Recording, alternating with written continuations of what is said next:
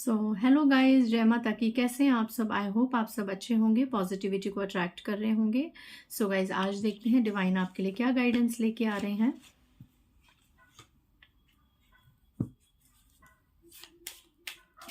इससे पहले गाइस, जिन्होंने मेरे चैनल को सब्सक्राइब किया है उन्हें थैंक यू सो मच, और जिन्होंने नहीं करा है प्लीज़ मेरे चैनल को लाइक कीजिए, सब्सक्राइब कीजिए और शेयर कीजिए। पर्सनल रीडिंग का नंबर आप डिस्क्रिप्शन बॉक्स से ले सकते हैं, मैं यहाँ से भी आपको देती हूँ। इट्स 8595327883 और मेरे पर्सनल रीडिंग के चार्जेस हैं 1000 रुपीज़ एनी 3 क्वेश्चन। इससे कम या ज़्यादा क्वेश्चन होंगे तो उनके अकॉर्डिंग आपको फीस पे करनी होगी, ठीक है। व्हाट्सएप कीजिएगा, कॉल मत कीजिएगा। जय माँ दुर्गा।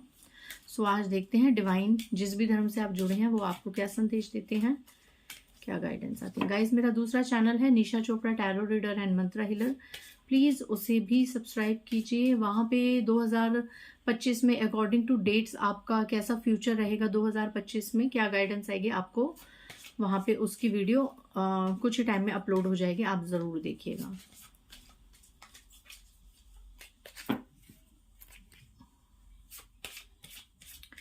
मेरे व्यूवर्स के लिए आने वाले समय के लिए क्या गाइडेंस है।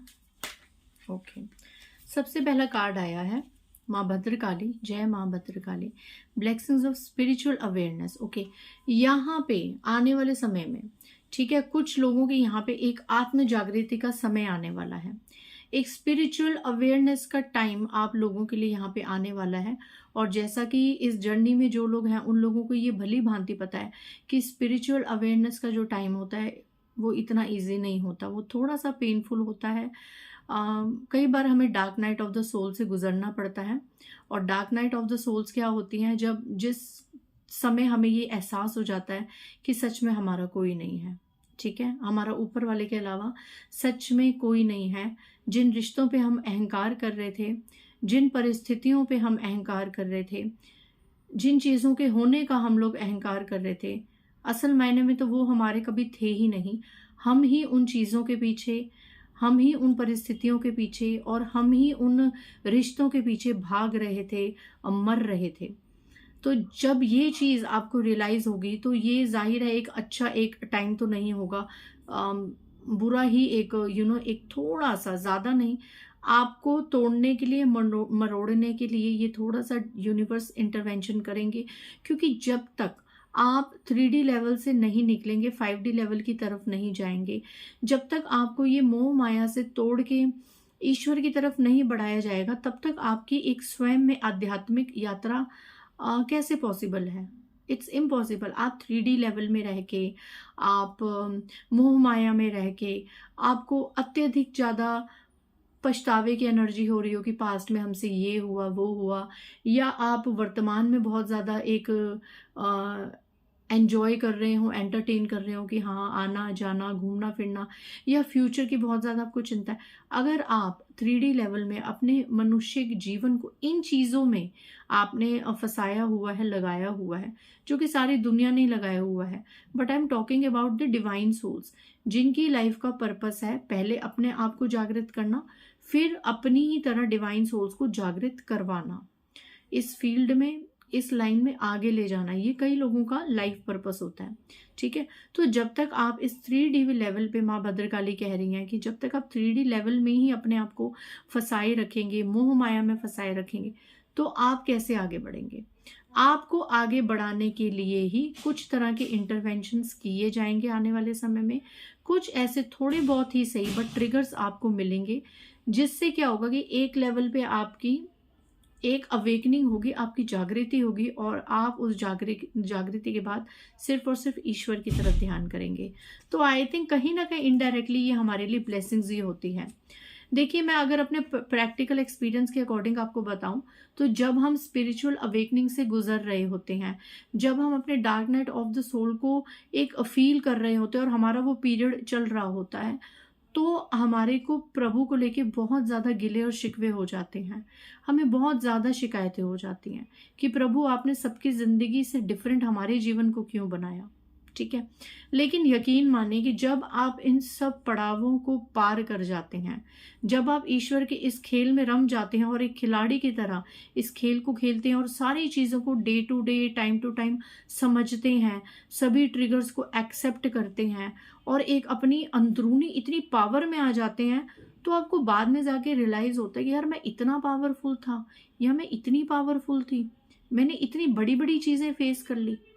आज मैं इतनी बड़ी बड़ी चीज़ें जो फेस करके आगे बढ़ा हूँ या आगे बढ़ी हूँ, अरे सामने वालों को या मेरे हिडन एनिमीज को या जो लोग मुझसे जेलस करते हैं उनको, जो मैंने सालों साल सहन किया, उनको एक हफ्ता भी वो चीज़ें अगर दे दो तो या तो वो मर खप जाएंगे या वो बस दुनिया भर में ढिंडोरा पीटेंगे कि भैया हमारे साथ हो क्या रहा है।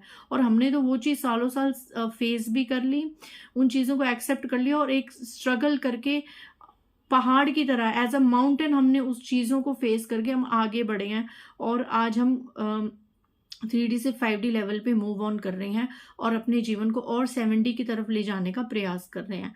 यकीनन आपको उस वक्त अपने आप पे बहुत ज़्यादा प्राउड होगा और आप ग्रैटिट्यूड करेंगे ईश्वर का, आप शुक्राना करेंगे ईश्वर का कि ईश्वर आपने बहुत अच्छा किया उस समय मुझे फेक रिश्तों से निकाल के, फेक सर्कमस्टेंसेस से निकाल के, जो लोग मेरे हित में नहीं थे, हमेशा मेरे साथ रह के ही मेरा अहित चाहते थे, ऐसे सभी लोगों को मेरे जीवन से निकाल के आपने बहुत अच्छा किया, आपका शुक्राना। क्योंकि अगर वो परिस्थितियां अभी होती हैं आपकी ज़िंदगी में, वो एक टॉक्सिक टेंट्रम्स होते, एक टेम्पटिंग एक टेम्पटिंग जो आपको अपनी तरफ खींचते, एक ऐसे सिनेरियोज होते, रोज के गेट टुगेदर्स, रोज की बातें, रोज की निंदाएं, रोज की यही एनर्जीज, खपना तपना, अगर वो सब होता तो आप कहाँ से आगे बढ़ जाते? आपके आध्यात्मिक सफर तो बीच में ही रह जाता, आप तो इसी 3D लेवल में रह जाते। तो ये चीज़ स्पिरिचुअल अवेयरनेस के लिए बहुत ज़रूरी है और ये आने वाले समय में सिर्फ और सिर्फ आपकी आत्म जागृति के लिए आपको ये चीज़ इंटरवेंशन करके ट्रिगर्स दिए जाएंगे। तो प्लीज़ आप रीडिंग्स को पॉजिटिवली क्लेम कीजिएगा और ये रीडिंग्स को यूजफुल तरीके से यूज़ कीजिएगा कि ये ट्रिगर्स फेस करने की आपके अंदर पावर है। ठीक है, beautiful message. Next message, entertain होने के लिए, मनोरंजन के लिए टैरो रीडिंग्स देखते हैं, इट इज़ ओके। ठीक है, कौन क्या बोल रहा है, किसको कितनी नॉलेज है, कौन क्या बता रहा है, दैट इज। बट अगर आप सच में आगे बढ़ना चाहते हैं, ईश्वर की तरफ अपनी यात्रा को बढ़ाना चाहते हैं, तो ये टैरो रीडिंग्स कहीं ना कहीं आपको इतना बूस्ट करती हैं और इतनी ये गाइडेंस आपके लिए हेल्पफुल होती है कि आप सोच भी नहीं सकते हो। ठीक है, तो अगर if you want to change your life, अगर आप अपनी लाइफ को एक पॉजिटिवली तरीके से बदलना चाहते हैं, तो चाहे मेरी वीडियोस, चाहे किसी भी टैरो रीडर की वीडियोस को गौर से सुनिएगा। और ये नहीं कि अगर 10 मिनट 15 मिनट की वीडियो है तो उतना सुन लिया, उतना ज्ञान आ गया, लग गए फिर अपने और कामों में, अपने और टेंट्रम्स में। नहीं, उन चीज़ों को गेन कीजिए, क्योंकि मे बी ये गॉड के मैसेंजर्स का काम करते हैं। देखिए, ईश्वर साक्षात नहीं आएंगे आपको अपनी बात करने, इतने अच्छे कर्म किसी ने नहीं करे हैं कि ईश्वर उनको साक्षात दर्शन दे और रोज उनको आके गाइडेंस करे। ये मोटिवेशनल चीजें ही होती हैं, टैरो रीडिंग्स होती हैं, या एस्ट्रोलॉजिकल अकल्ट साइंस में बहुत से ऐसे साइंस और चीजें होती हैं, एंजलिक ऐसी गाइडेंस होती है जिनके थ्रू ईश्वर हमें संकेत देते हैं, हमें समझाते हैं। तो इन चीजों का मान करिए, इन चीजों को लाइटली मत लीजिए।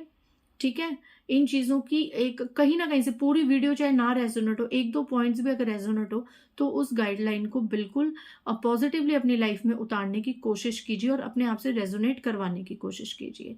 सो डेफिनेटली आपकी लाइफ में ना हेल्प हो, ना चेंज हो, तो फिर आप कहिएगा। ठीक है, नेक्स्ट मैसेज डिवाइन आपको क्या कह रहे हैं? जय मां। मेरे व्यूअर्स के लिए नेक्स्ट मैसेज, वीरभद्र, ये शिव के रुद्र अवतार थे। Blessings of your sins being destroyed, accept changes and be purged. Okay, wow.